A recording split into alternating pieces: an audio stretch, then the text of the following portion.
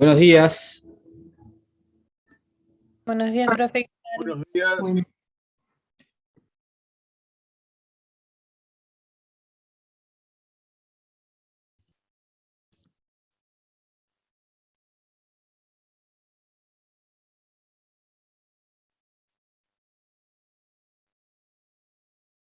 Bueno, hoy vamos a ver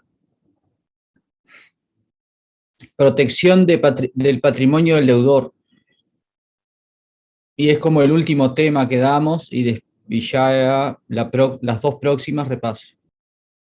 Profe, una consulta. ¿No íbamos a dar simulación a acción pauliana y surrogatorio? Sí. ¿Ah? Profesor. ¿Por qué pregunta? Perdón. No, porque dijo otra cosa, por eso. Bueno, pero esa otra cosa es el género y lo que usted dijo es la especie. Ah, ok, bárbaro, gracias. Profesor, Sí. no prendo la cámara porque estoy enferma, no sé si hay problema por eso. Estoy acostada, entonces no. Ok. Bien, gracias.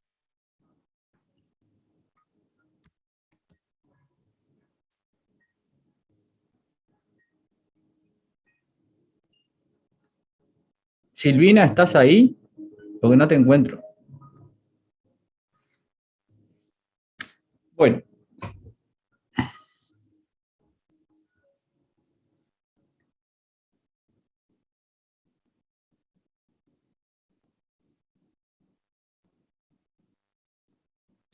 Bueno, ¿a qué me refiero con protección del patrimonio del deudor?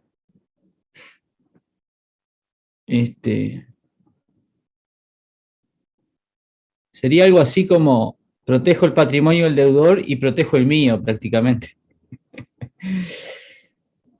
Porque algunos lo llaman tutela del crédito, no creo que sea exactamente tutela del crédito, creo que es más apropiado llamarlo protección de patrimonio del deudor. Esta terminología no es propia, estoy siguiendo a Alterini, que es un profesor argentino. Porque en realidad no es que se trate de proteger el crédito en sí, que tiene un acreedor contra un deudor, sino lo que se va a tratar de proteger es el activo patrimonial para que cuando el acreedor vaya a satisfacer económicamente el crédito contra el patrimonio del deudor, no esté vacío. Recuerden, y allá volvemos a obligaciones, al principio, al concepto de obligación. ¿Cuál es la consecuencia de la obligación?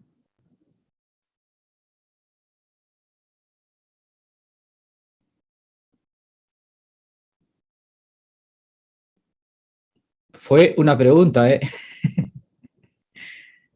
Pablo. Buen día. La consecuencia sería el cumplimiento de la obligación y el no cumplimiento de la responsabilidad del deudor. Bien, y la responsabilidad, ¿cómo la hago efectiva? A través del 2372, con el cumplimiento de todos los bienes del deudor, la ejecución de esos bienes. Esas son la garantía común de Bien. los acreedores. Bien, esto lo tiene que tener clarísimo. O sea, ¿por qué es una obligación? Porque hay una consecuencia desfavorable coactiva. Entonces, ¿cuál es? Si no cumplo, yo puedo ejecutar forzadamente.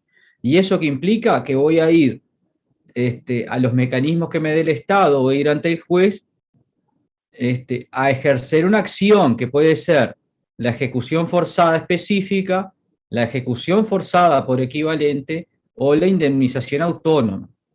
Pero en todos los casos, o sea, van a ser reductibles si se quiere. Por ejemplo, si el deudor no cumple, voy por la ejecución forzada, que es una obligación de hacer, y no cumple, o voy por una obligación de dar y resulta que la cosa la enajenó y está en el patrimonio de un tercero y no puedo obtener coactivamente la cosa específica de vida, siempre voy a terminar en última instancia en el 2372. Los bienes todos del deudor son la garantía común de los acreedores. Siempre voy a terminar en una ejecución patrimonial. O sea, esperen que le doy entrada sin mina.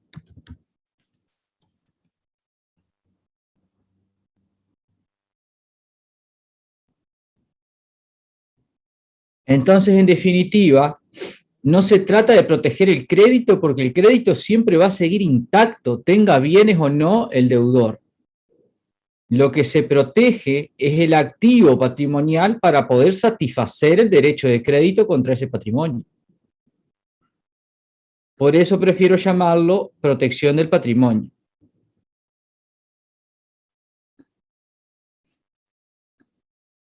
Entonces, la finalidad de estas acciones que vamos a ver hoy es conservar el patrimonio. ¿Por qué?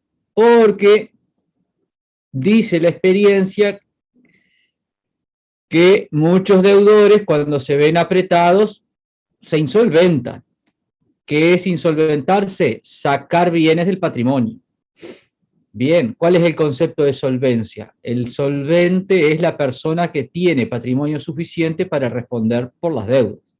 El insolvente es aquel cuyo patrimonio no le alcanza para responder por sus deudas.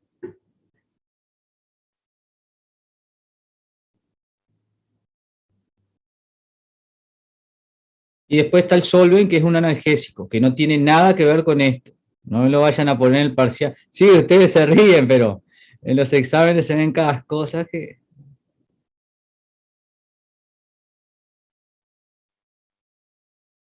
Bueno, entonces, nos ubicamos ahí entonces en el macro tema que es la protección del patrimonio. ¿Para qué? Para poder hacer efectivo el derecho de crédito contra el activo patrimonial.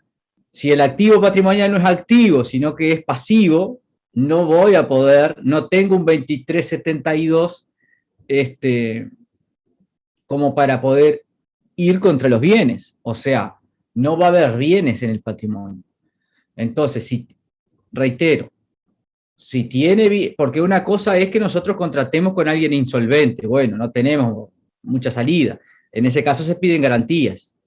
Ahora, si la persona era solvente al momento de contratar y antes de ejecutar se insolventa, bueno, ahí es donde o se insolventa o no ejerce las acciones para solventarse. Vamos a ver también ese supuesto. Ahí tenemos estos remedios que vamos a ver hoy. Y arrancamos con la simulación, que además de tener ese punto, tiene otros puntos importantes. Porque conecta, vieron que el tema de la satisfacción del crédito contra el activo patrimonial tiene que ver directamente con el concepto de obligación. Pero simulación además nos conecta con la teoría general del contrato porque vamos a ver cómo determinados negocios pueden ser inexistentes o nulos absolutamente por falta de uno de los presupuestos. Incluso en la Pauliana vamos a ver el tema de la inoponibilidad, que yo les decía, bueno, cuando vemos Pauliana, capaz que lo bajan más a tierra el tema. Y a su vez, también esto conecta con el derecho de daños, para los que ya lo vieron y para los que lo vayan a ver, porque en el derecho de daños es fundamental. Sí, yo tengo las acciones de ejecución forzada, específica, o indemnización autónoma, o resolución del contrato. Pero claro, lo primero no, pero una de las primeras cosas que analiza uno es si el deudor es solvente para decidir qué acción voy a hacer. Porque si es insolvente, quizá me conviene hacer la resolución en vez de ir contra un patrimonio que, en vez de tirarse a la piscina vacía, para decirlo en términos criollos, quizá le conviene hacer la resolución.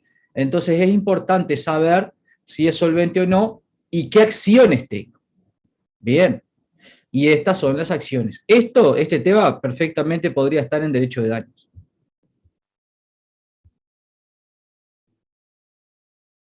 Profe, ¿a qué materia se refiere usted con derecho de daño? ¿Se llama así la materia? Responsabilidad civil. Ah, ahora sí, yo no sabía de qué me hablaba. Ah, Igual en responsabilidad se da también, porque yo me acuerdo de haberlo dado con Anzugarro. sí, no está en el programa. El programa lo pone en obligaciones. Y, y bueno, aclarando el panorama, el derecho de daños es el sistema jurídico que tiene la función de prevenir y reparar. La responsabilidad civil solo tiene la función reparatoria. Aprovecho para hacer una crítica. Es insólito que en un programa del 2016 le hayan puesto responsabilidad civil y que cuando yo qué sé, desde la década, hay un libro que se llama Derecho de Daños de Alterini, López Cabana y Ameal, no, Alterini y López Cabana nada más, que es del 90. Díez Picasso en España, ya también en el 89 o 90 y algo, ya hablaba del derecho de daños. Y nosotros en el 2016, responsabilidad civil. Oh, Uruguay nomás. O sea, Pero se en tendría, realidad se llama teoría de la responsabilidad civil. sí, y no deja de ser reparatoria, no No, es derecho de daños. O sea, por ejemplo, yo doy en derecho de daños prevención y precaución, que es algo que en el programa ni olora y a eso, porque claro, es prevención. Y es algo que se debería dar. Es re importante hoy la prevención y la precaución. Entonces es insólito que en el 2016 hiciste este programa. Bueno, está. Seguimos con simulación. Pablo. No, yo también di responsabilidad con un tal Fernández también y nos enseñó que, que había cambiado el paradigma. La pregunta para el cambio es cuándo fue que cambió en Uruguay el paradigma, porque la ley de seguros, que es obligatorio, es una de las formas de mostrar el cambio de paradigma y no me acuerdo de qué época es. No sé qué otros elementos anteriores tenemos para ese ¿Esta? cambio de visión. No. Fíjate bien adelante. No, el tema no es que, bueno, no, nos fuimos de tema. El tema no es que un cambio de paradigma se da por la ley. Un cambio de paradigma del derecho reparatorio al derecho preventivo se da en la doctrina y en la jurisprudencia. O sea, si ustedes ven sentencias preventivas, hay. El amparo es netamente preventivo. El amparo, yo me acuerdo, medio recién recibido, ahí por el 2008 hice un amparo y ahí se rechazaban el 94% de los amparos de medicamentos. Por ser residual. Básicamente por ser residual. No, por ser residual no, porque los temas son mucho más complejos que eso. El amparo lo desacomoda el juez. El juez está trabajando lo más lindo en su juzgado, con todos sus funcionarios, y claro, le cae un amparo que tiene que hacer un juicio que generalmente demora más de un año en 3 semanas. Entonces, todo el juzgado volcado al amparo, o sea, y esto es bastante difícil verlo sin experimentarlo. Yo, claro, cuando presenté, yo ya tenía experiencia porque trabajaba como haciendo procuración desde los 15 años y claro, sabía cómo funcionaba el juzgado. Pero cuando presenté el amparo dije, presenté, al otro día o más tarde voy a ver si resolvieron algo y veo todo el juzgado trabajando para el amparo. Entonces decís, ajá, acá está el quid de la cuestión. Pero claro, después la jurisprudencia se hizo amparista y eso no fue por una ley. La ley no cambió la Constitución, no cambió nada. Cambió la interpretación y la aplicación del derecho. Bueno, vamos con simulación. Si no, hablamos todo el día de derecho de daño. A ver, voy a silenciar a todos porque hay mucho ruido de fondo. Bueno.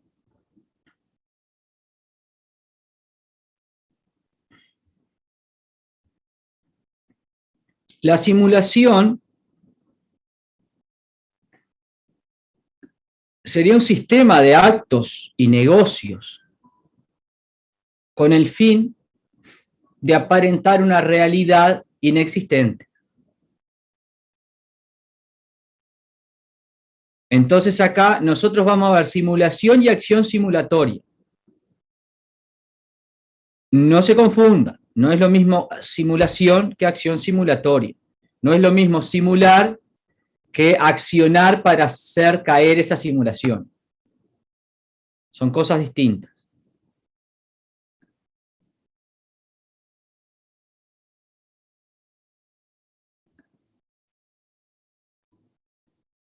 Acá estamos viendo uno que dice estructura de la simulación. Sí, ¿O no? sí. Entonces voy a dejar de compartir. Se me perdió el otro.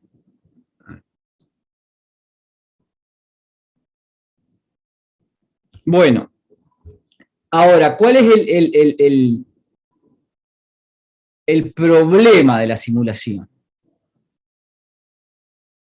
Ustedes me imagino que han escuchado, ¿no?, el tema de fulano tiene la casa a nombre de Mengano. Sí, ¿quién no lo ha escuchado? Sí, Es más, en los perdón. escribanos muchas veces. Bueno, y es un gran tema, incluso la acción pauliana se llama pauliana por Paulo, que era un jurista romano. O sea, imagínense que no es un problema actual esto de la insolvencia. O sea, no es nada nuevo bajo el sol, y esto viene, es un problema social, y social de todas las sociedades, no un problema que, bueno, esto apareció en el siglo XX, no. Esto es un problema que siempre ha estado en el derecho, y el derecho se ha ocupado de resolver. Entonces, la noción que hay de fondo en la simulación es que, bueno, una cosa es la apariencia y otra la realidad. Bien, entonces, hay un hecho social que es que las personas insolventan, y se insolventan aparentando una realidad, porque detrás de esa apariencia generalmente hay escondida una realidad que es distinta. Bien, de pronto el negocio no existe en absoluto, o existe otro negocio distinto al que sale aparentado en la realidad. Entonces, ustedes en la profesión, sean abogados, escribanos, jueces, lo que sea que sean, probablemente se encuentren un poco, no, está mal expresado, se encuentren en algún momento con algunas simulaciones. En general está bueno resolver casos de simulación, o atacar o defender simulaciones, porque, o no sé, por lo menos a mí me gusta, y en general he visto que a los estudiantes les gusta el tema, porque claro, tiene una parte investigativa, tiene como esa parte de que hay mucho del lado del abogado, muchas veces, para poder hacer bien, y de pronto del escribano para poder calificar. El escribano va a participar más bien en la creación de la simulación o en la no creación, y el abogado después va a participar, y el juez en, bueno, la acción simulatoria en sí. También el abogado puede participar en la creación, porque generalmente se lo consulta un abogado. Bien, el escribano asume menos riesgos normalmente que un abogado, pero bueno, hay escribanos que sí, que asumen riesgos sin problemas. Entonces, la relevancia jurídica de la simulación, bueno, es lo que recién dijimos, es la garantía patrimonial genérica y tratar de mantener la solvencia. Bien, o sea, el problema acá está siempre en la insolvencia voluntaria. Bien, si una persona se insolventa no voluntariamente, o sea, bueno, no es un buen administrador, y va asumiendo deudas y va vendiendo los bienes para pagar las deudas, bueno, eso no es un acto que deba ser atacado o pueda ser atacado por simulación. El problema de la simulación y de las otras acciones que vamos a ver es la insolvencia voluntaria, es cuando el deudor decide insolventarse. para escapar a los acreedores.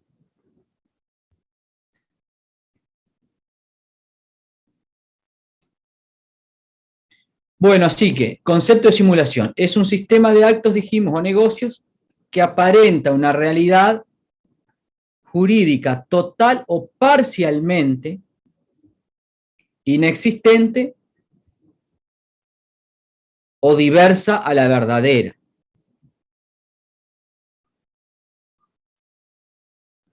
Eso es la simulación, y la tenemos que distinguir de la acción simulatoria, que es después la acción que vamos a hacer judicial. La acción simulatoria es el proceso judicial que tiene por finalidad descubrir la realidad encubierta por la simulación. Bien, que el juez diga, investigue, analice y diga acá hay una simulación y declarará lo que tenga que declarar. Vamos a verlo en la segunda parte, en la acción simulatoria.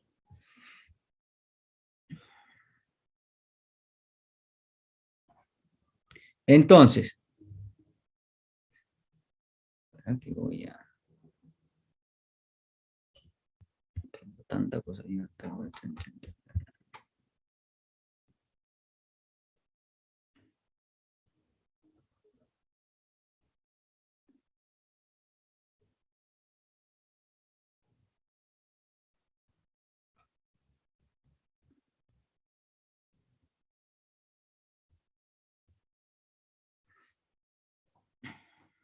¿Cuál es la función de la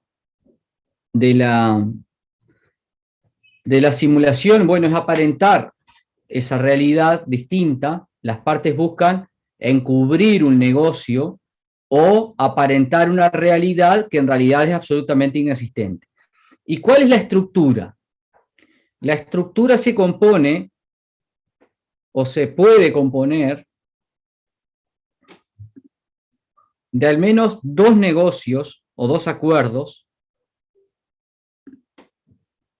que van a ser el acuerdo simulatorio y el negocio simulado. Y puede haber un negocio disimulado. Bien, la estructura va a ser o de al menos dos acuerdos, pero puede ser de tres acuerdos. Y bueno, y puede estar conectado un sinfín de acuerdos más, ¿no? Pero les hablo de la estructura básica de la simulación. Va a haber un acuerdo simulatorio donde las partes acuerdan hacer la simulación. Bien, el acuerdo simulatorio es donde las partes, es el acuerdo por el cual las partes deciden, bien, y acuerdan hacer una simulación. El deciden no iría, porque la decisión es algo interno. Sería, el acuerdo simulatorio es el acuerdo por el cual las partes acuerdan hacer una simulación. Y después vamos a ver que el negocio simulado y el negocio disimulado son la ejecución del acuerdo simulatorio. Bien, en el acuerdo simulatorio dice, mirá, los acreedores me están pisando los talones. Mirá, vos sos mi amiga de toda la vida, yo te voy a transferir la casa que tengo, es mi única casa y yo se la quiero dejar a mis hijos, y estos HDP que me vienen a cobrar y que no sé qué cosa. Entonces va y le transmite, a vos que te tengo confianza, hacemos una compra-venta como que yo te la vendo, así la casa está a tu nombre.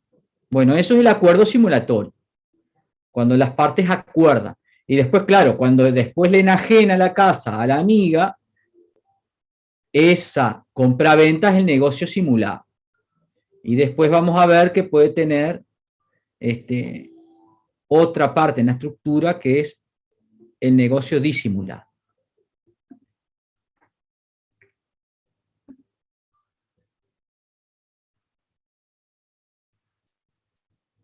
Entonces, vamos a leer. Perdón. Disimulado no es cuando encubre otro negocio que vendría a ser el real, ¿no es así? Ahora ya vamos a llegar a eso. Perdón. Bueno, vamos a leer el 1580.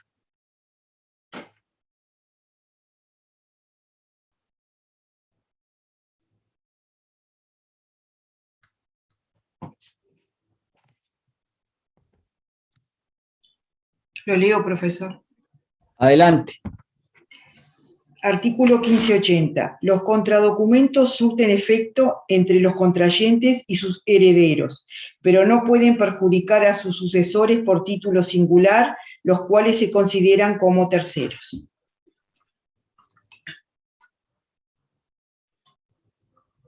Bien.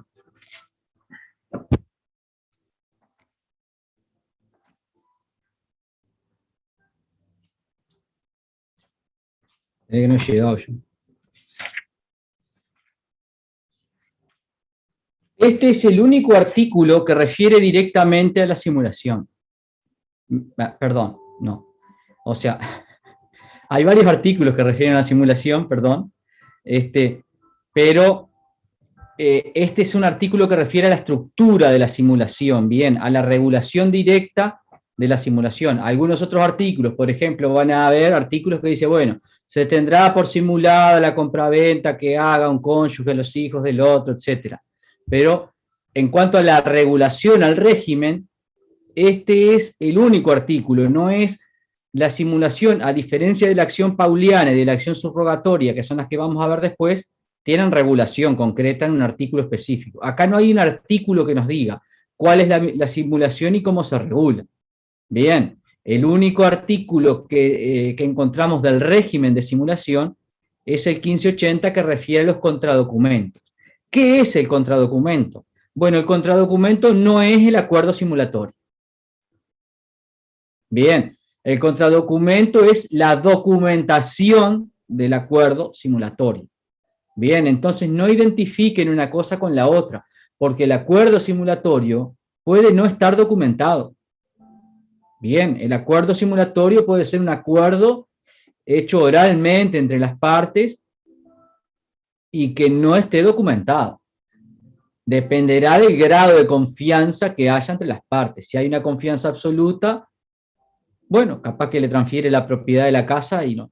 Pero a veces dice, y si nos peleamos y después se me queda con la casa, porque claro, después le transfiere la casa y entonces, bueno, se prevé, o sea, en la realidad pasa y el código lo prevé, que es la existencia de un contradocumento. ¿Y qué dice el código respecto a los contradocumentos? Vieron, estamos acá en sede de prueba, ¿no? Estamos dentro de la prueba instrumental y el 1580 dice, los contradocumentos surten efecto entre los contrayentes y sus herederos, pero no pueden perjudicar a sus sucesores por título singular, los cuales se consideran como terceros. Bien,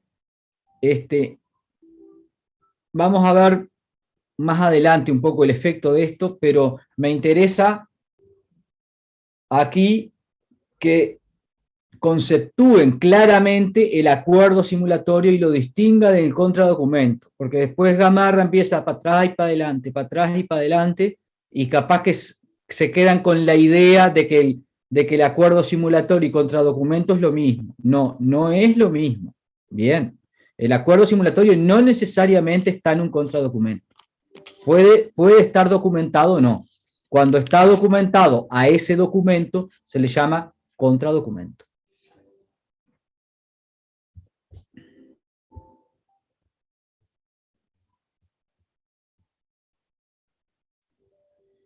Bien, entonces, ahí en la estructura teníamos un negocio simulado y un negocio disimulado. Bien, el negocio simulado, acá las partes en ejecución de ese acuerdo simulatorio hacen un negocio simulado. Bien, y este negocio puede consistir en aparentar una realidad jurídica total o parcialmente inexistente, bien, o encubrir una realidad jurídica diversa a la exteriorizada. Bien, o sea, encubrir un negocio subyacente.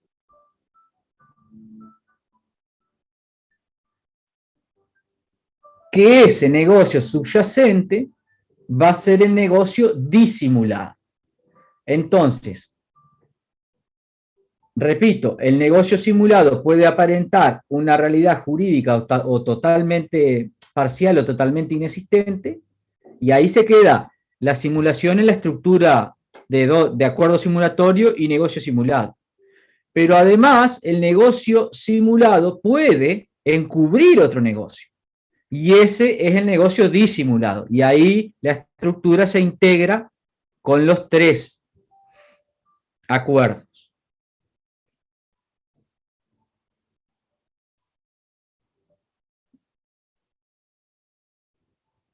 Entonces ahora vamos a ver la estructura de esa manera. Tengo dos modelos de, no sé cuál prefieren, pero se puede presentar así.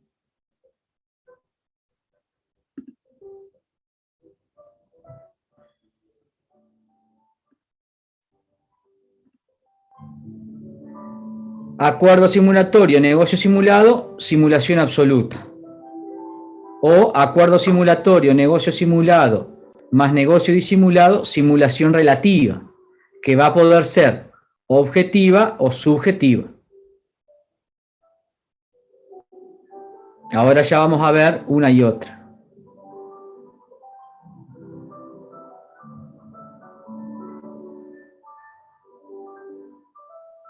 Profe, disculpe la interrupción, pero ¿podría bajar un poquito el volumen de la música? ¿Está muy alta? Sí, un poquito. Pará, que super oído tenés. Bueno.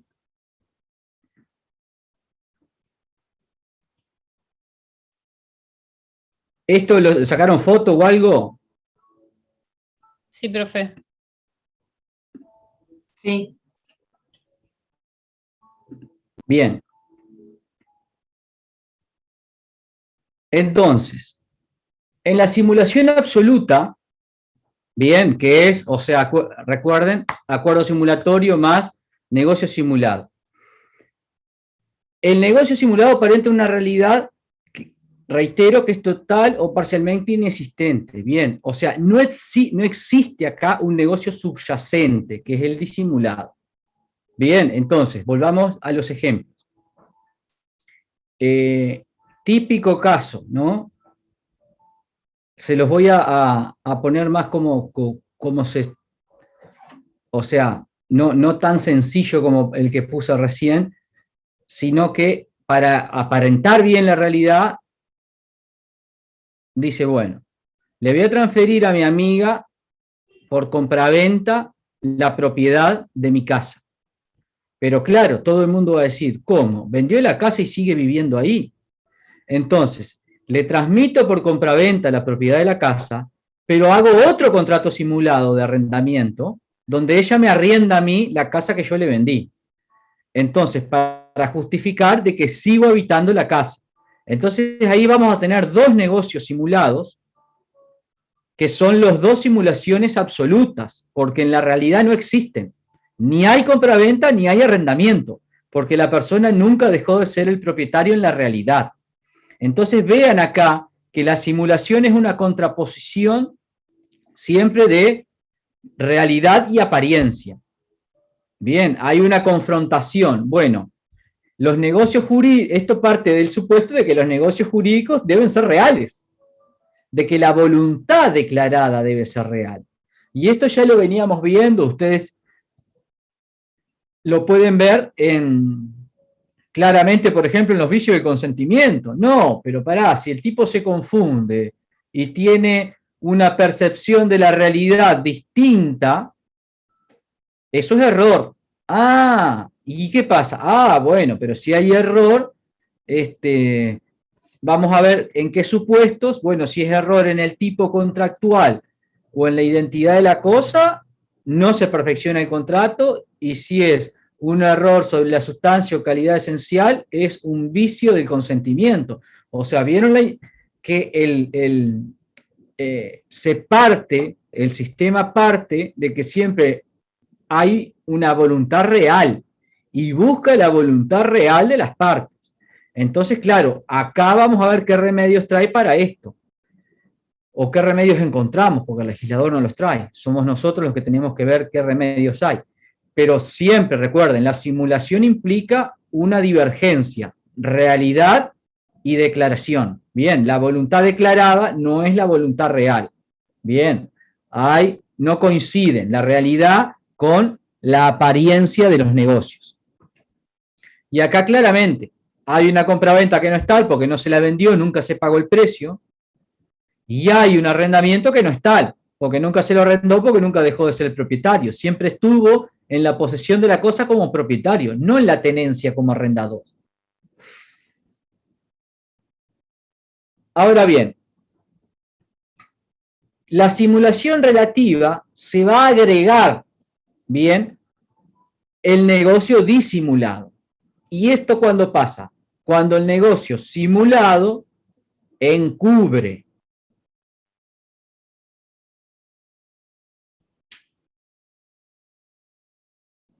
Me perdí, acá.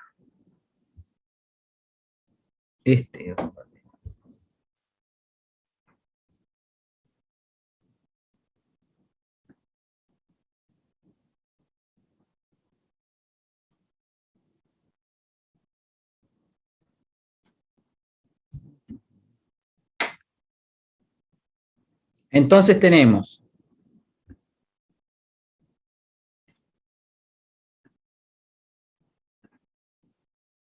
en el primero, el acuerdo simulatorio, acuerdan, bueno, hacer la compraventa y el arrendamiento, y los negocios simulados son ejecución del acuerdo. Tenemos, entonces, negocio simulado y acuerdo, simulación absoluta. En el otro tenemos el acuerdo simulatorio, dice, bueno, vamos a hacer tal cosa. El negocio disimulado, pero subyacente, hay un negocio disimulado. Vieron que acá hablamos de realidad total o parcialmente inexistente. Y acá no hablamos de que haya inexistencia, sino que se aparenta una realidad distinta. Hay un negocio disimulado, bien, que se encuentra subyacente ahí, por debajo del negocio disimulado. Entonces el negocio disimulado no está aparentando una realidad inexistente, sino una realidad diversa. Por ejemplo, celebran una compraventa, pero nunca se paga el precio. Entonces, en realidad acá hay una transmisión patrimonial, pero en lugar de ser a título oneroso, es a título gratuito. Entonces, el negocio disimulado es una donación. ¿Se entiende el ejemplo? Que probablemente lo han escuchado. Quiere beneficiar a uno de los hijos y simula una compraventa, pero en realidad hay una donación. Entonces, esto me va a dar la simulación relativa, que va a ser subjetiva u objetiva. ¿Cuándo la simulación relativa es subjetiva y cuándo es objetiva? El caso que di recién es una simulación relativa objetiva. Pero antes de ir a eso, la palabra relativo, ¿vieron? Ustedes asocien los nombres, que eso le va a facilitar después la memorizar. Absoluto, porque no hay realidad subyacente. Relativo, ¿por qué? Bueno, porque aparenta una realidad distinta, pero por debajo hay algo. No es que no haya nada. Bien, hay algo y ese algo es el negocio disimulado. Por eso es relativa y la otra absoluta. Objetiva, porque refiere al negocio en sí. En realidad acá, bueno, es la compraventa simulada y encubre una donación que es lo disimulado. Y lo hacen directamente. Pero, además, podría pasar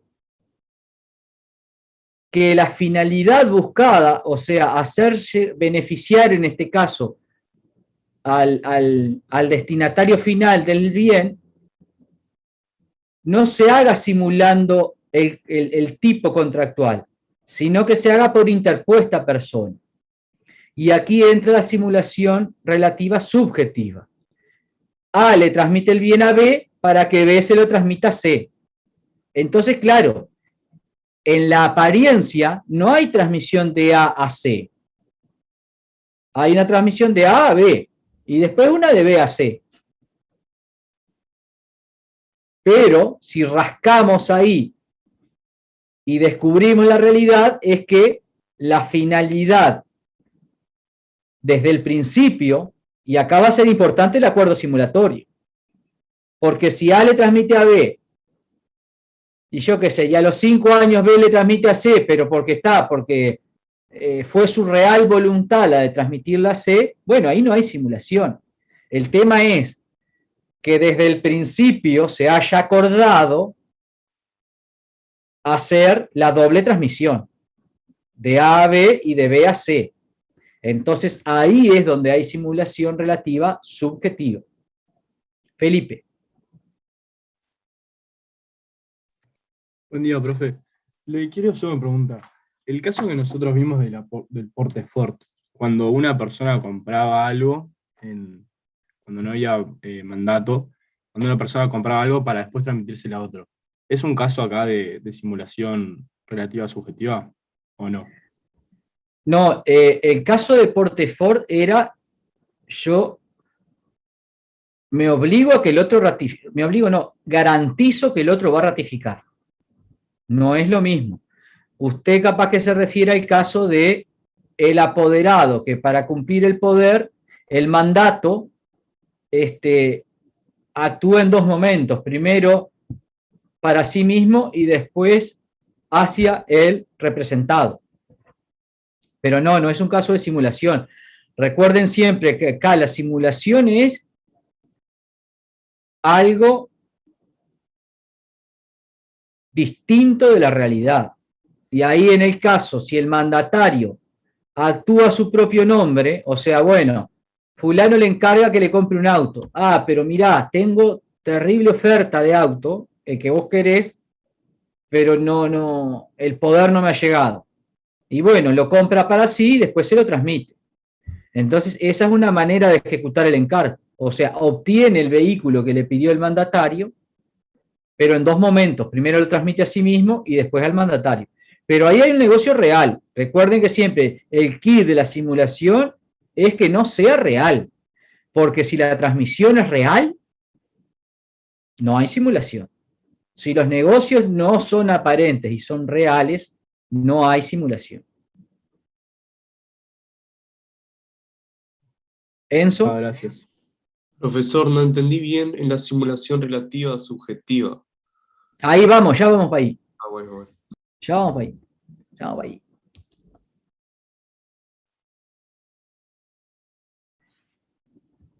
Bueno, simulación absoluta, entonces me parece que quedó que está bastante claro, ¿no? Aparenta una realidad que no existe.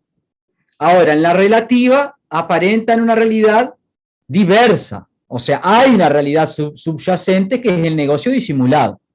Pero en la apariencia hay otra cosa.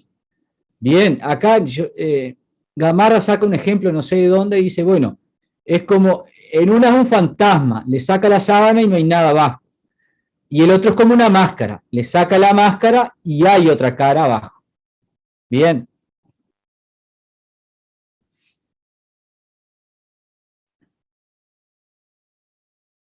La simulación relativa, entonces. Vamos ahí. Vamos a leer el 841.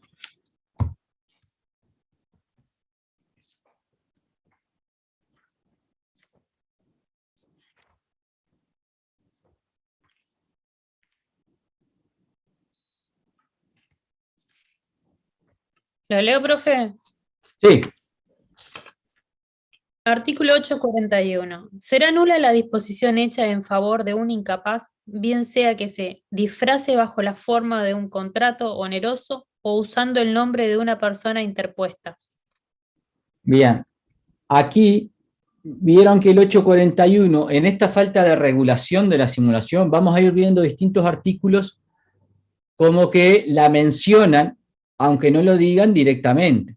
Y acá, claro, dice, será nula la disposición hecha a favor de un incapaz, bien sea que se disfrace. Vieron que es gracioso el término, pero es ilustrativo. Justo hablábamos del fantasma y la máscara. Se disfrace bajo la forma de un contrato oneroso o usando el nombre de una persona interpuesta. Entonces, la simulación relativa, en la simulación relativa, que quise decir, las partes para llegar a la finalidad que es, bueno, yo quiero que este bien sea de fulano. Bien. Entonces, ahí tengo dos maneras de hacer. Por ejemplo,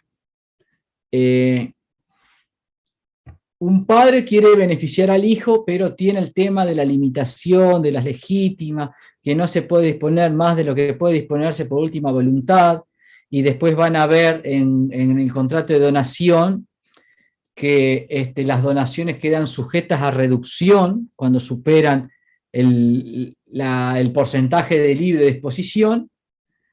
Entonces, bueno, la persona tiene 2 casas y 3 hijos. Pero tiene un hijo que lo cuidó hasta el último momento, siempre estuvo, y los otros 2, nada.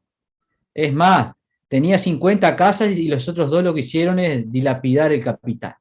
Entonces dice, no, yo aunque sea una casa, le quiero dejar al hijo que me cuidó, etcétera, etcétera.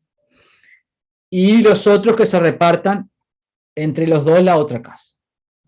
Pero claro, va a ver el escribano y dice, lo que pasa es que no podés porque te va a afectar la libre disposición, no sé qué cosa. Bueno, ¿y cómo hace? Mirá, y el escribano temeroso le dice, yo, mirá, no sé, pero andá con este abogado que capaz que te puede ayudar. Siempre está, siempre hay un escribano, un abogado que es el que hace las simulaciones, ¿no? Bueno, y los que son del interior en las ciudades chicas ya, bueno, todos saben el nombre. Ah, fulano, sí, está, bueno, cae un juicio de fulano y ya después prejuzga, porque dice, no, sí, muchachos, tengo como 3 simulaciones de Entonces, va y el abogado le dice, bueno, acá lo que puede hacer es una simulación. Y tiene 2 maneras. Una, hace una compraventa simulada, bien, entonces hace una compraventa pero no paga el precio, entonces ahí se aparenta un negocio simulado, que es la compraventa, que encubre el negocio disimulado, que es la donación. O la otra manera, porque recuerden siempre cuál es la finalidad, que este bien llegue al patrimonio del sultán. Bien, transmitir el bien de un patrimonio al otro. Y eso no solo lo puede hacer directamente con un negocio, como donación o compraventa. También lo puede transferir a un tercero y que el tercero después se lo transmita. Entonces puede hacer una transferencia a un tercero y que después el tercero lo transmita a él. Y acá se llama la transmisión por interpuesta persona. Vieron que el 841 dice, se disfrace bajo la forma de un contrato oneroso o usando el nombre de una persona interpuesta. Bien, entonces eso también puede suceder. Y esto da lugar a los 2 tipos o subtipos de simulación relativa. La objetiva, que es cuando aparento el tipo negocial, y la subjetiva, cuando busco determinada finalidad a través de la interposición de una persona. Entonces, en un caso se aparenta el tipo negocial, y en el otro caso se aparenta la parte, porque el verdadero destinatario no es el primer adquirente, sino el segundo. Bien, en la operativa del negocio y la simulación siempre piensen no como un sistema. La palabra sistema de actos o negocios no está hecha al azar. Bien, es porque realmente es un sistema, donde cada uno de los elementos van a concurrir, a contribuir a la obtención del resultado. Y en este caso el resultado es que determinado bien llegue al patrimonio del hijo. Bien, transmitir el bien al patrimonio del hijo de manera definitiva. y lo puede lograr simulando el tipo contractual o la parte, usando otra parte interpuesta. Le transmito a Pedro y Pedro después le transmite a Juan. Acá tienen un ejemplo.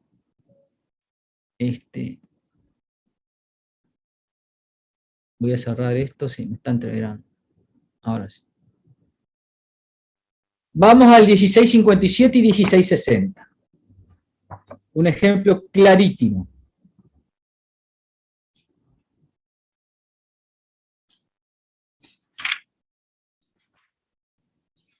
¿Lo leo, profe? Sí. 1657. Toda donación de un cónyuge a otro durante el matrimonio será nula. No se comprende en esta regla los regalos módicos que los casados acostumbran a hacerse en ocasiones de regocijo para la familia. ¿Y alguien más que lea el 1660? Lo leo, profesor. Adelante. Artículo 1660. Se tendrá por simulada y por consiguiente nula la donación hecha durante el matrimonio por uno de los cónyuges a los hijos que el otro cónyuge tenga de diverso matrimonio o a las personas de quienes éste sea heredero presuntivo al tiempo de la donación. Bueno, acá tienen una regulación que ataca directamente la transmisión que puede haber de un cónyuge a otro o la transmisión que puede haber de manera sospechosa. Bien, acá lo que hace el código es presumir que si le transmite al hijo del otro cónyuge, en realidad le está queriendo transmitir al cónyuge. Entonces ya directamente lo estipula. O sea, acá hay una estipulación legal calificando el negocio como simulación.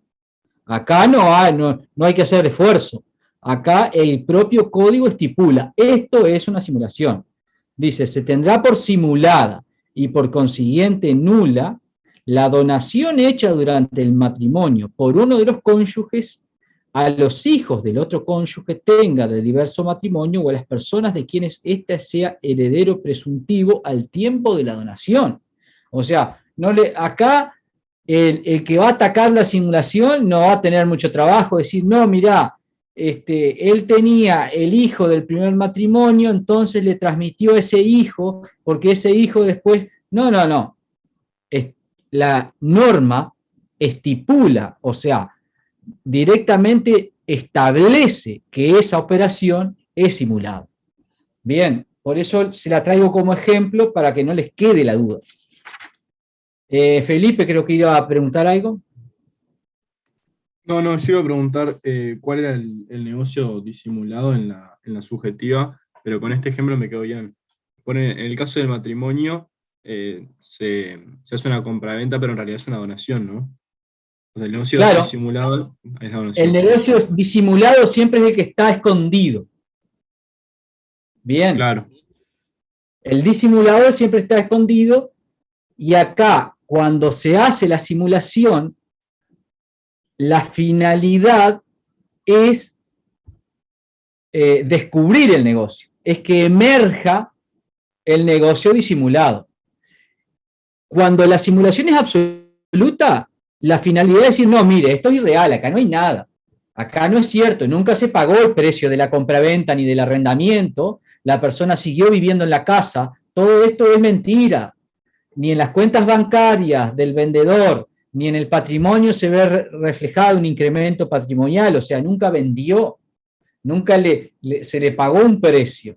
Y el arrendamiento también es mentira porque no hay pagos de arrendamientos. Entonces, si no hay ejecución del contrato, y acá ya les voy tirando pistas de lo que va a ser la acción simulatoria y cómo se va a probar. No hay ejecución de los contratos, señor juez. La persona hizo una compraventa y nunca transmitió la posesión. Y nunca recibió el precio. Hizo un arrendamiento y el arrendador nunca recibió el precio. Entonces, no hay negocios reales, son aparentes. En la simulación relativa, en cambio, lo que va a decir es, mire, señor juez, acá está prohibida la donación entre cónyuges, y lo que hizo uno no fue ya hacerlo a través de los hijos que tiene el cónyuge de diverso matrimonio, sino que los hizo por un amigo que es de confianza. Entonces, lo que en realidad se quería hacer no era una transmisión patrimonial de A a B, que son amigos, sino de A a Z, que son cónyuges, porque mediante B se le hizo llegar el bien, de alguna manera, al patrimonio de Z. Entonces, la transmisión real es una transmisión entre cónyuges, ¿bien? Y es a título gratuito, porque bueno, igual, aunque no lo fuera, pero se vulneró acá la prohibición legal. Entonces ahí lo que hace el juez es declarar la nulidad, y después verá qué pasa con la donación, porque después vamos a ver que, después no, ahora ya en unos minutos, capaz que avanzo entonces, porque si no va a quedar muy repetitivo lo que digo. Pablo. Yo, escuchándolo, me quedé pensando en lo que dijo hoy, que si después A le transmite a B para que llegue la propiedad a C. Pero en el decurso del pasado el tiempo, no sé cuál sería un tiempo razonable, B realmente quiere por su propia voluntad transmitir a C. ¿Cómo podés probar eso para hacer que la nulidad no opere? La simulación no opere, o el negocio disimulado en este caso. Bueno, ahora ya vamos a llegar a acción. En la segunda parte vamos a ver la acción simulatoria, o en la última parte de la primera, no sé ni qué hora son, las 11. Y ahí vamos a ver cómo se prueba. Pero es por indicios. Es difícil, no es fácil de probar. Ojalá fueran las 11, No, pero no no son es las 9. difícil. Ah, dije las 11. Es que yo, sinceramente, ya estoy como a fin de año, ya está. Y eso que es fin del semestre recién. Pero ya lo que van a hacer las clases que vienen. Dejemos por acá las clases y ya va todo esto para el parcial final. No. No nos vamos a preocupar. No nos perdona igual, profe, ¿no? No, la simulación es re importante. Y la acción pauliana también. Sí, pero es más sencilla la acción pauliana. Me parece que lo rico es la simulación. Bueno, bueno, efectos de la simulación. Bueno, veíamos. Ahora sí vamos a los efectos del 1580. Decía el 1580, a ver, alguien que me lo recuerde. Que no sean las compañeras que leen siempre, por favor. Vamos arriba, que queda poco. Ya la clase que viene es con mate y todo. Yo lo leo, profe, 1580. Yo lo leo. No. Alguien que lea que no haya leído, si no, es como... Yo lo leo. Bueno, adelante. Los contradocumentos surten efecto entre los contrayentes y sus herederos, pero no pueden perjudicar a sus sucesores por título singular, los cuales se consideran como terceros. Bien, por un lado, capaz que leen el artículo y dicen, sí, claro que, según vimos hace unas cuantas clases atrás, los efectos del contrato son entre partes. Bueno, sí, pero también vimos que los efectos se extienden activa y pasivamente a los sucesores a título singular y a título universal. Y acá pone una excepción a esa regla. Dice, los contradocumentos surten efectos entre los contrayentes y sus herederos, pero no pueden perjudicar a sus sucesores por título singular. ¿Quién es el sucesor a título singular? A ver, la pregunta, por 12 lados, ¿quién es el sucesor a título singular? A ver, Profe, Pablo. estamos en invierno, no va a darnos helado. Bueno, por eso. Es porque yo quiero plazo, entonces lo cumplo en diciembre. Pablo. Por ejemplo, en un caso activo, la cesión de crédito. El que lo sucede en el crédito, básicamente a título singular. La diferencia con el a título universal serían los que son herederos, y serían herederos forzosos. Y en los ejemplos que vimos recién, ¿en cuál de los casos ven, o sea, en qué casos ustedes dicen, bueno, pero acá puede haber un sucesor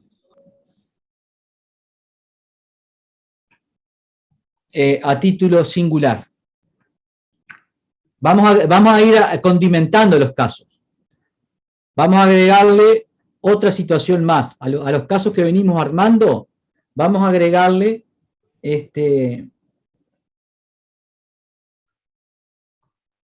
Ahí en el interpuesta persona, que A le pasa a B para que le pase a C, ahí capaz que B podría ser un sucesor a título singular.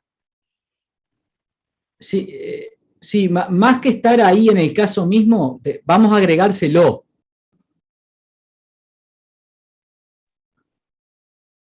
Podría ser un acreedor cualquiera que tenga el simulante. Bueno, esperen, se lo agrego yo, porque si no capaz que se nos desordena.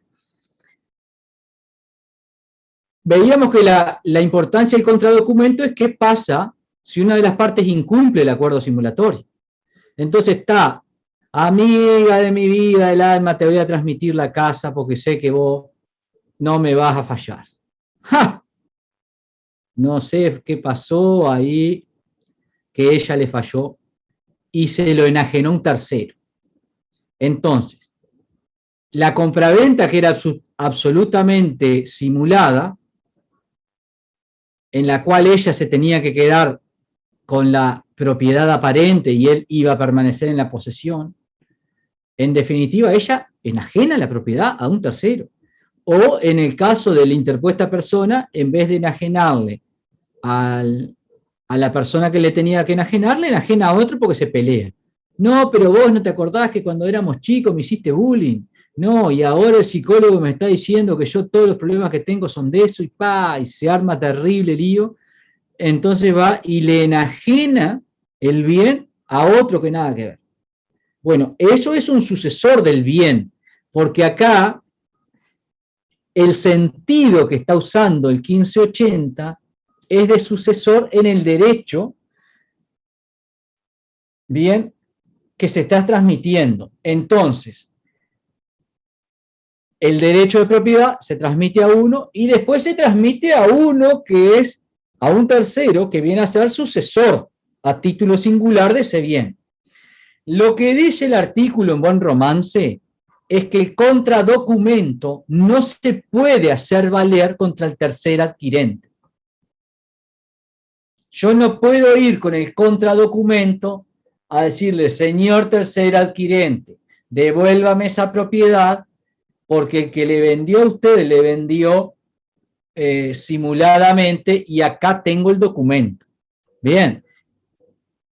O sea, es más fácil de lo que parece o de las interpretaciones que a veces pueden llegar a entreverar el 1580.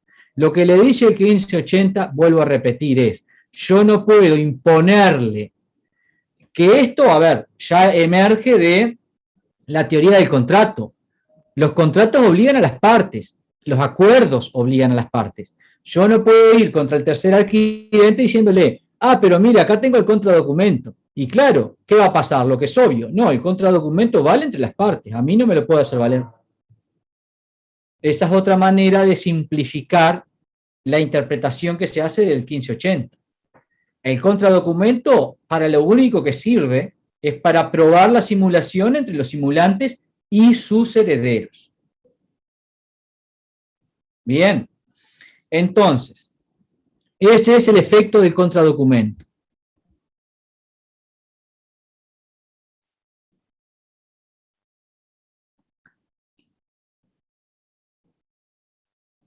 Ahora bien, ¿cuál es el efecto de los negocios simulados y disimulados? O para preguntarlo de otra manera, ¿qué vicios tiene o qué vicios aparecen en la simulación? ¿O por qué vicios podemos atacar la simulación? ¿Alguien leyó?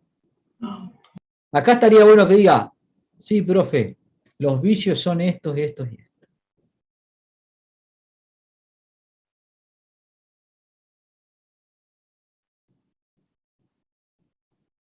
Estoy remando solo, me duele la espalda ya. Vamos arriba. Y a ver, pero nosotros ya vimos inexistencia, nulidades. No les digo que tiren fruta, pero por deducción podrían ir sacándolo. Profe, Bueno. y en la absoluta, como era un negocio jurídico distinto, ahí era la inexistencia por el error de la naturaleza del negocio. Ahí va a haber inexistencia. Era un error obstáculo, ¿no? Pero no por error. No, porque ahí no sería inexistencia. O sea, si hubiera- Lo que ella dice es por error obstáculo que sí. Bueno, sí. Claro. El error obstáculo en realidad es el mismo, podríamos decirle que parten de la misma premisa. Falta de consentimiento. Falta Sí. el consentimiento. Ahí va. Ahí sí. Sería inexistencia por falta de consentimiento. Claro, por eso decía el Georgina. Que Cafferra habla de que es según la postura que se tenga, le da o vicio del consentimiento o vicio de la causa. Bien, bien. Vamos a ver que dependerá, y esto es muy acá casuístico, dependerá en la casuística, nosotros vamos a indagar y dependerá de cómo esté armado el negocio, etcétera, cuál es el vicio que mejor se adapta al caso que se trate. Pero puede ser falta de consentimiento o falta de causa. Perdón. O que la causa no es verdadera, sería. Más que falta de causa, sería que la causa no es verdadera. Porque en la simulación relativa vamos a ver que puede haber una causa, va a ser distinta de la... Entonces, acá lo importante para la indagación es lo que van a ver con el nombre de causa simulandi, para poder analizar, ¿no? Y llegar a esto. Bueno, pero ¿cuál es el vicio acá? Bueno, para esta indagación lo importante es descifrar o... A ver si yo...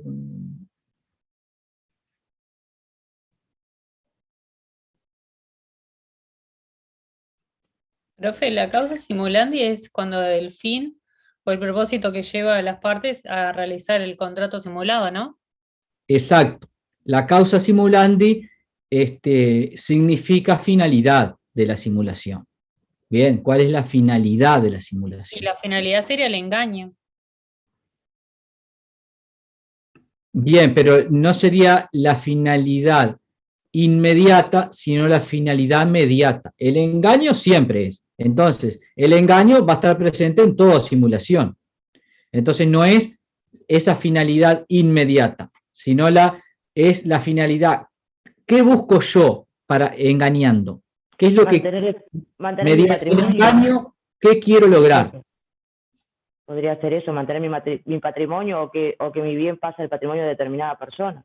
Bueno, ahí están las causas simulantes. Es bueno, me quiero insolventar.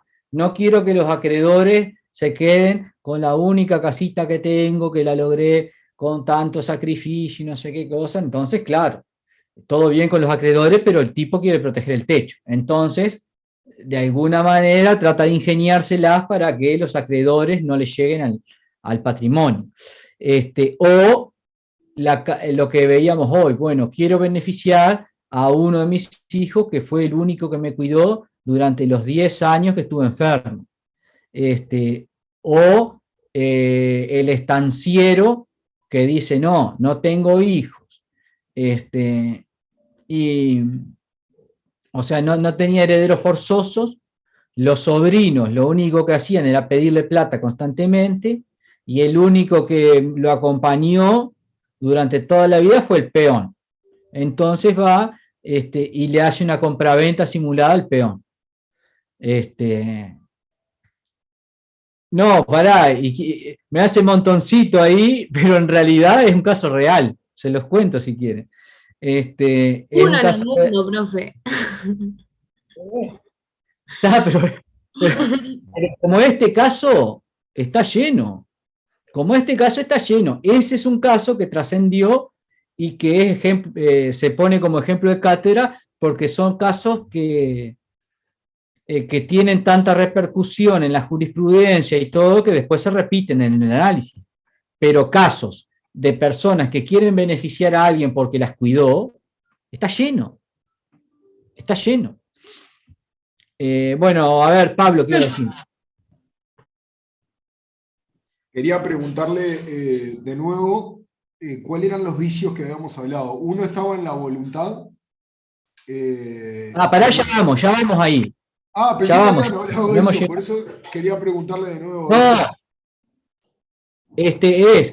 claro, los planteé, pero como diciendo hacia dónde vamos, pero ya los vamos a analizar en sí.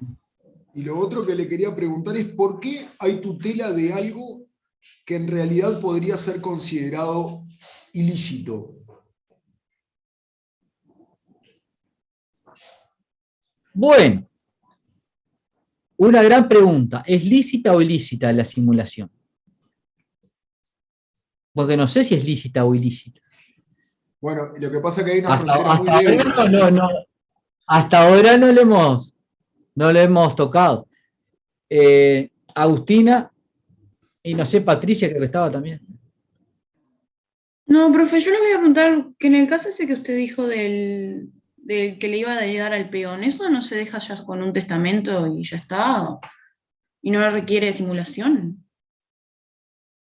Porque al no tener hijo, no tiene un heredero directo. Bueno, no sé por qué lo hicieron así. O sea, yo les cuento el caso como es. Pero puede pasar por testamento. Podría haber hecho un testamento, sí. Y de hecho, pero hay casos también. Claro, después, el tema va a estar siempre, no sé, en el asesoramiento que haya tenido. Porque, no sé, pila vez también hay mucha nulidad del testamento por las mismas razones. Es más común ver nulidades de testamento que simulaciones. Probablemente porque se haga más por la vía de testamento. Bien, entonces, bueno, el caso, porque capaz que algunos quedaron colgados ahí y no está bueno, el caso de la estancia de la ternera, que lo van a ver en Gamarra, es un peón que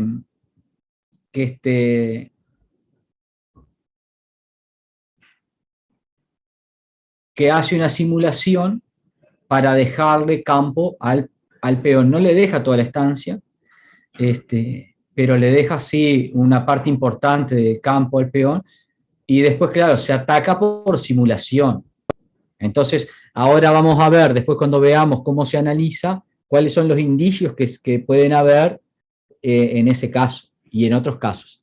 Pero entonces, hay que buscar la finalidad, y después con la finalidad, no es que la causa simulandi sea un elemento de la simulación. Otro aviso al navegante. La causa simulandi no es un elemento, sino que lo que nos hace es orientar bien en la indagación. Bien. Y darle una explicación. Nosotros no, yo creo que nadie lo hace, pero digo, cuando uno hace un juicio, está bueno elaborar una teoría del caso, que se llama.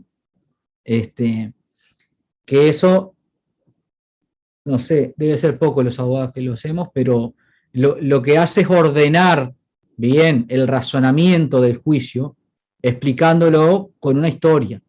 Esto es muy trabajado por los anglosajones. Es más, yo he escuchado decir, bueno, en Estados Unidos, ¿quién gana el juicio? El que cuenta la mejor historia.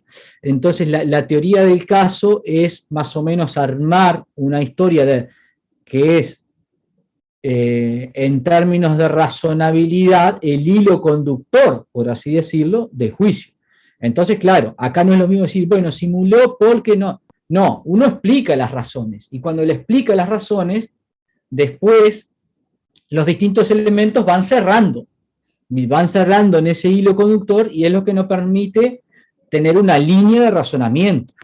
Bien, porque las líneas de razonamiento es lo que en definitiva le va a dar coherencia a la...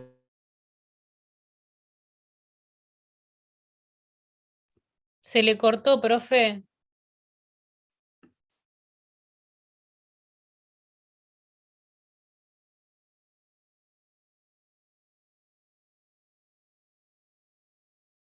¿Se me cortó solo a mí o se fue el profe? Se fue. Se fue, se fue. Parece que Sí, a mí salió. también, sí. Hugo. Se fue, sí. Pasa de receso. No estoy de nuevo ya. Hacemos el recreo. Ahí Hola. está. Hola, hola, Hugo, te escuchamos. Ah, porque hace rato que estoy de vuelta y decía, se fue el profe. No, Sí, que ya se le estábamos cortó por y quedó decir. muteado. Sí, no, ya estaba, ya decretaron acá el receso, el recreo, receso, Sí, ya estaba afuera, vamos. esto, ya veo, hay que mostrarse fuerte porque mostrás debilidad un día y te pisan la cabeza. No, señores, acá vamos a estar hasta el fin del mandato.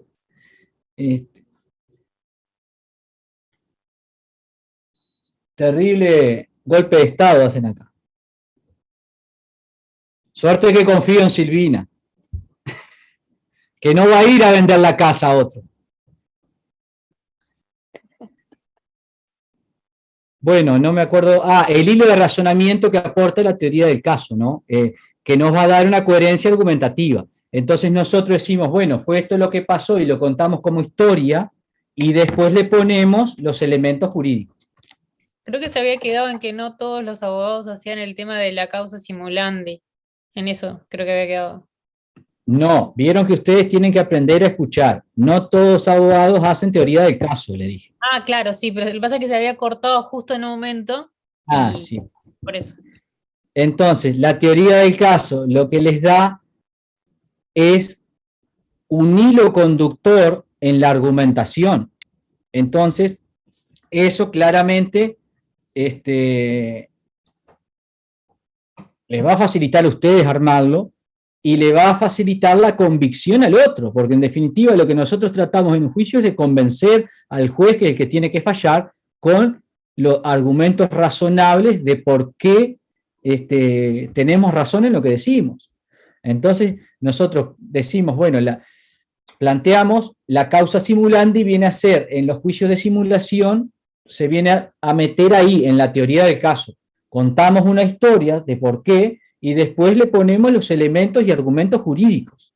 Bien, entonces no es lo mismo tirar, acá tenés los argumentos jurídicos, ¡bumba! No, y contar, no. Fulano tenía tal necesidad y por eso hizo esto y esto y esto y lo otro.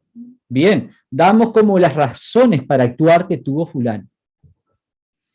Porque claro, uno muchas veces se pregunta, bueno, pero ¿por qué fulano haría esto? Ah, ¿por qué haría esto? Porque tenía estas razones.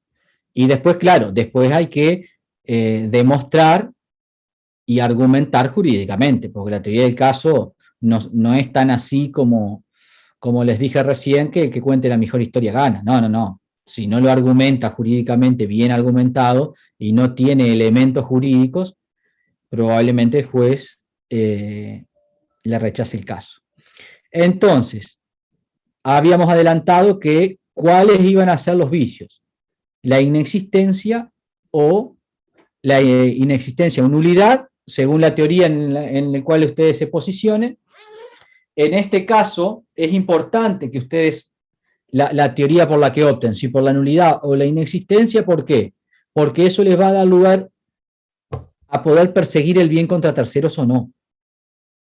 Entonces, acá, más que una decisión de, me gusta mucho la inexistencia porque es una categoría mucho más lógica y está bien armada, y otro que diga, no, no, es todo nulidad, no hay nulidad e inexistencia. Para mí es todo nulidad, como dice Gamarra, porque eso de que del 13-18, del pago indebido, y que yo no me lo creo mucho. Y bueno, eso es muchas veces una decisión que ustedes seguirán según la teoría que mejor les llegue. Ojo, que los que sostienen la teoría de la inexistencia también sostienen la nulidad, ¿eh? Dicen, bueno, estos casos son de inexistencia y estos de nulidad. Lo que hacen es distinguir, no es que rechazan la categoría de la nulidad. Pero en En la simulación, bueno, diría que va a depender si ustedes quieren perseguir la cosa en poder de un tercero o no. La teoría que sostenga. Ahora, yendo al vicio en concreto. Bien, si yo digo, bueno, le enajenó, pero en realidad no hubo transferencia de la posesión, ni hubo transferencia de un precio. ¿Cuál queda mejor ahí? ¿Inexistencia por falta de consentimiento o por causa falsa? No sé, La causa, Pablo, profesor. Perdón. La causa, profesor. levanten la mano. Pablo, ¿qué iba a decir? No, yo era referente a lo que dijo anterior, así que sí, hago esto nomás porque si no voy a interrumpir. ¿Temis? Sí, fui la que hablé sin levantar. La causa, profesor. Causa falsa. Y no sé, Mía ahí había levantado también, pero no sé si se arrepintió. No, no iba a decir lo mismo. Bien. No sé si la causa, Porque, por ejemplo, en el caso de la persona que, bueno, quiere beneficiar al hijo, a ver, Eloísa. Para mí es más importante el consentimiento que la causa. ¿En ese caso o en todos? No, en los casos de simulación, porque por ejemplo, no sé, el consentimiento es como, a ver, si no existe, no se forma nada, entonces la causa, si es falsa o no, bueno, está, después se ve, pero si no está el consentimiento es elemental. Bien, ahora claro, lo que vamos a tratar de transmitir, lo que voy a tratar de transmitirles es que tienen que analizar y ver qué vicio se adecúa mejor al caso. Entonces, les iba a poner otro caso. El caso típico de la persona que quiere beneficiar a uno de los hijos y le transmite por vía de compraventa, pero nunca pagan el precio. Entonces, ahí sí creo que se ajusta la causa.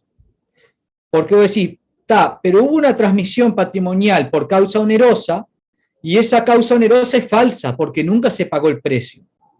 Entonces ahí va a emerger el verdadero contrato, el negocio disimulado que tiene causa gratuita. Entonces ahí sí, yo digo, acá sin duda es la falta de causa. La causa falsa, perdón. Es el negocio simulado, que era una compraventa, que tiene causa onerosa, indagamos y resulta que nunca se pagó el precio. Entonces no es real. Lo real es que sí hubo una transmisión del bien, pero nunca hubo pago del precio. Entonces ahí lo falso es la causa. La causa, en vez de ser onerosa, fue gratuita. Entonces ahí sí, el vicio va a ser la causa falsa. En cambio, en un contrato como el que dijimos al principio, que transmite mediante una compraventa, pero en realidad nunca se paga el precio y nunca se transfiere el bien. Nunca se entrega la posesión del bien, ni nunca se paga el precio. Bueno, ahí en realidad sería falta de consentimiento, inexistencia por falta de consentimiento, porque no hubo voluntad de las partes de vender y comprar. Porque de hecho, nunca o sea, ¿para qué se compra y se vende? Para transferir la posesión y para recibir el precio. Y nunca hubo ni transferencia de la posesión ni recepción del precio. Entonces ahí no hay voluntad real de las partes de vender y comprar. Y así, en los distintos negocios, ustedes tienen que analizar cuál se adecúa más a la situación. Sin perjuicio también pueden hacerlo subsidiariamente. Pero me parece que en estos dos ejemplos es muy claro, o la falta de consentimiento